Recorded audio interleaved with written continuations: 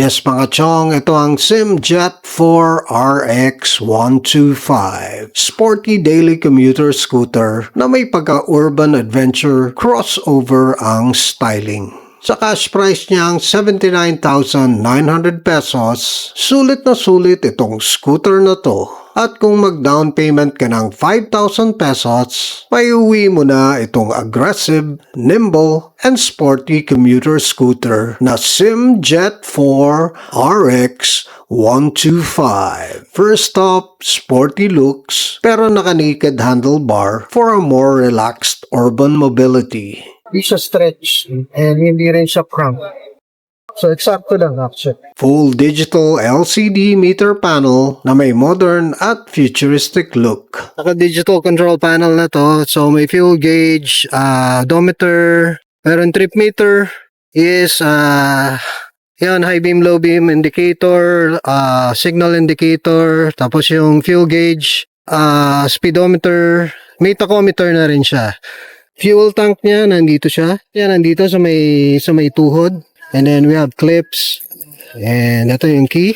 At 5'7" mga chong, lapat na lapat ng mga pako sa seat height niyang 785mm.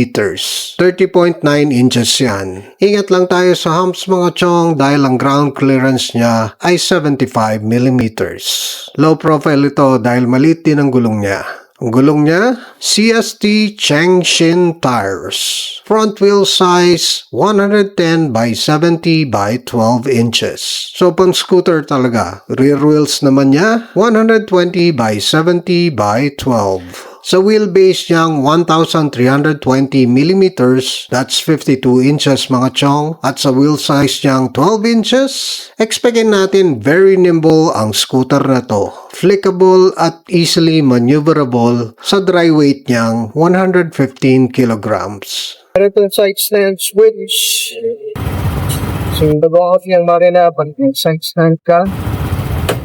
Alright. Just ample space for the footing para sa ating pangapa. Kasi nga compact in design. Okay, pwede ka rin mag-cruising kung gusto mo. Unlike other scooters na mga compact, walang ganyan. Front suspension, telescopic front forks. At sa likod naman, syempre swing arm. Pero naka-adjustable single hydraulic suspension na to mga chong. Sa Simjet 4, your safety is in mind kaya naka-combi braking system na to. Front brakes niya, pedal disc brakes. So may wavy design yan para hindi masyado mag-init. Naka-2-pot caliper na to mga chong. At sa rear brakes naman, naka-classical drum brakes tayo. Very safe din yung drum brakes. Reliable pa. Makikita natin mamaya ang performance ng Jet 4 sa test ride. Pero bago yan, nanggagaling ang lakas ng Jet 4 sa 125cc's, 4-stroke, single cylinder, 2 valves, air-cooled, EFI, electronic fuel injection, CVT transmission engine. Sa bore and stroke niyang 52.4mm by 57.8mm at sa compression ratio niya na 10.68:1. Dito mga chong, may idea na tayo kung anong magiging performance ng Simjet 4. Sa long stroke configuration ng Jet 4 at sa mataas na compression ratio niya, expectin nating magiging torquey o punchy ang low at mid RPM nito. This means mas malakas ang hatak niya para sa ahonan at kargahan, pero may good fuel economy. At sa fuel tank capacity niya na 6.2 liters, assured ang mga long rides natin sa 45 to 48 kilometers per liter. Depende syempre yan sa riding conditions at kung may angkas ka naman, approximately 38 to 40 kilometers per liter ang konsumo. So sa isang full tank, aabot siguro tayo ng 250 to 290 kilometers. This is high beam, okay, low beam, signal lights. Oh, ano rin yan, may lighting din dito kung nakasignal ka. Horn. Malakas yung horn niya para dito sa size ng motor na to. Maganda. And then hazard. Tapos ignition. Okay? At ito naman ang taillights, signal lights sa likod, hazard warning lights, and brake lights. Alright mga chong, ride na natin tong Simjet 4 RX 125. Maximum power output niya, 11.26 horsepower o 8.4 kilowatts at 8,500 RPM. Okay, first impression, ang ganda ng tunog ng Ganda ng tunog ng tambucho. Macho. Tapos torquey siya.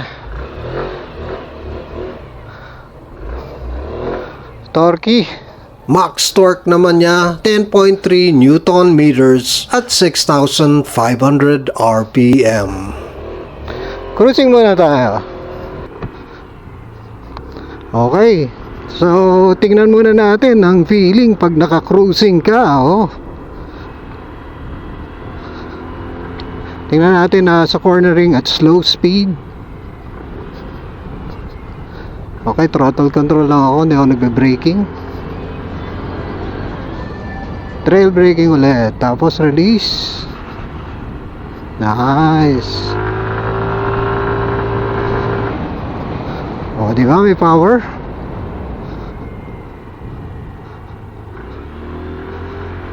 Ang ganda ng niya, ng CVT niya.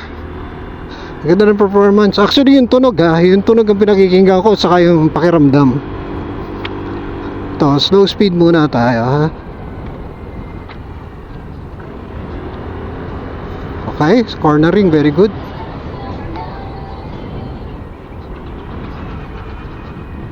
Very good. Nice sa cornering. Sumusunod. Trail braking tayo. Corner. Medyo mali. Dito tayo. Yan.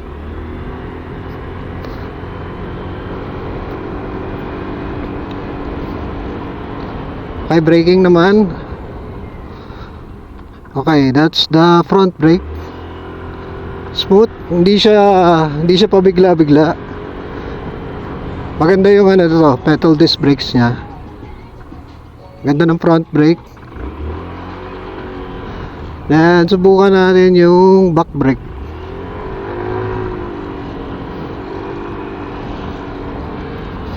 Okay, back brake. Okay. Ang back brake kasi alam naman na natin yun. Ang back brake kasi mga chong, progressive lang talaga yung braking yan eh. Huwag mo lang paiinitin yung brake mismo at hindi yan kakagat. Actually, ganun din naman ng disc brake. Kaya, hinay-hinay lang kung hindi ka naka-ABS. Actually, kahit naka-ABS ka marami. Ano lang talaga, ayusin natin yung pagmamaneho. Okay, so progressive braking tayo, dalawa. Front brake and then back brake. Back brake then front brake. Oh, suabe. Isa pa. Oh, galing talaga mag-cornering ito Oh, hindi nakakatakot yung front brake niya pag nag-cornering ka. Tuyo yung kalsada mga chong Kaya ginagawa ko to. Okay. Progressive braking. Nice. Suabe. Bukan naman natin yung power. From 0 to whatever. Okay, subukan natin mga chong power nitong Simjet 4. Kung jet ba talaga siya, kasi torque ito. Tingnan natin yung arangkada. Tingnan natin yung arangkada nito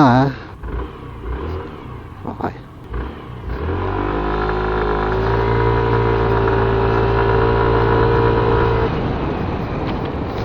Okay. So mabilis din siya pumalo. 0 to 50. Mabilis yung palo niya, 0 to 50. Actually hindi ko pa nakukuha yung yung friction zone. Kuhanin muna natin. Okay. So pag kinuha mo siya sa 20, yun na, doon na mag-increase yung niya, yung speed niya. Kuhanin mo siya sa 20. Pag binigla mo agad kasi, pag tinrenta mo na agad, like, ganon, hindi magkakatch yung ano, yung torque, ano niya, yung torque drive niya. Ready ah?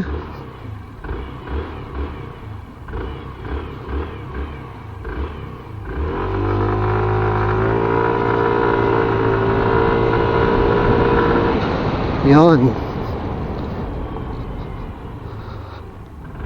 Okay, so ang ano nito is ano, medyo mahaba.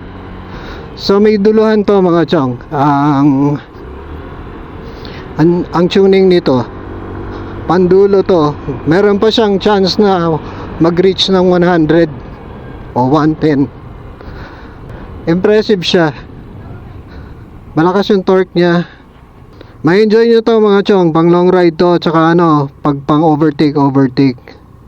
Okay, kung gusto nyo yung medyo torquey, yung medyo may hatak, kuhanin nyo tong Sim Jet 4.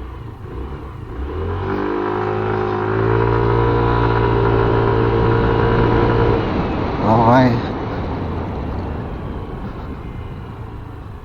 Okay, so yan. So yan mga chong, this is your Sim Jet 4. Woo. Try natin sa swerving. Alright mga chong, that's your Sim Jet 4 RX 125. Compact, nimble, torquey, mabilis din umarangkada, makinis, sporty, at pwede ding pang urban adventure na scooter. At very affordable pa, di ba? Simjet 4. Kung nagustuhan mo ang video ito, subscribe and follow na sa Tigerbug Motovlog. Live, love, ride with Tigerbug Motovlog. Again, this is Bien Garcia. Do what you love and love what you do.